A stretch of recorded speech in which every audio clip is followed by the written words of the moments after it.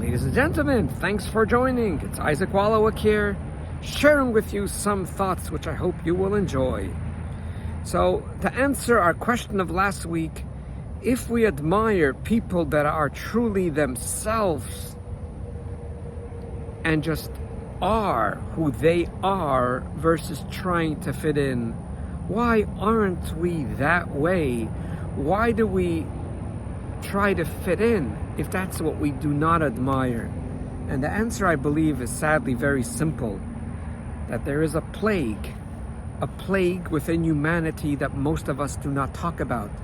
We talk about our COVID, we talk about our fever, we talk about everything but the biggest plague on planet Earth, which I believe is the biggest plague, that humans are not connected to themselves, and most humans even are disconnected, dislike. And whenever I talk to my clients, and in a very, very gentle way, I ask them to go deep inside their heart, I hear all the rhetoric and the negative talk and very disrespectful talk for themselves. Trying to fit in is not a problem, it's a symptom of the problem. What is the problem? What is the plague? The plague is we're simply disconnected from ourselves. We won't get into the reasons now why. It's not our fault. It happened to us when we were a child, and it happened to our parents when they were children. We were trained already at the age of 1 and 2 not to connect with ourselves, not to believe in ourselves, not to be in ourselves. And that's precisely the reason why we admire so deeply someone that is themselves, someone that feels comfortable with themselves, someone that's charismatic, someone that's confident, someone that's popular. Yeah, but the popular part I don't like. I don't care if they're not popular, as long as they're charismatic on their inside and on the outside.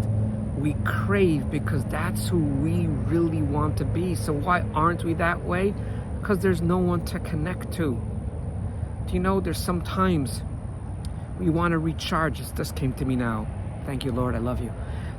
Sometimes we want to recharge our own battery from our phone, and we run around our house and we can't find an outlet, so we run across the street to someone else's house and we recharge our batteries in someone else's house.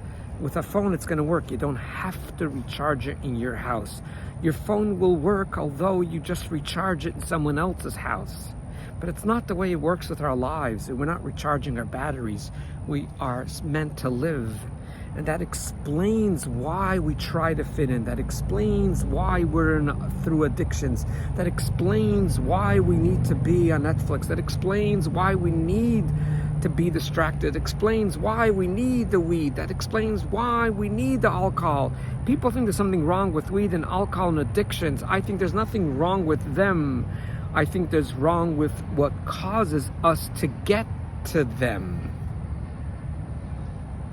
which is being disconnected from the greatest source, which is ourselves, which obviously we are part of God, of the source, of the spiritual source of the world. It's not about being egoistic. It's not about me, but it's about our spiritual self, because I understand the part of me, of myself, which is flesh and bone, has a very finite time to be here.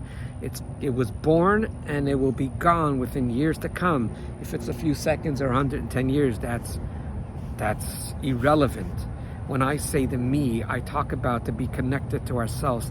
I'm talking about to the infinite selves, which we are created in God's image. So next week, we will talk about how we could turn things around and not fit in with others. Rather, fit in with ourselves. You heard me right. Fit in with ourselves, because the moment we fit in with our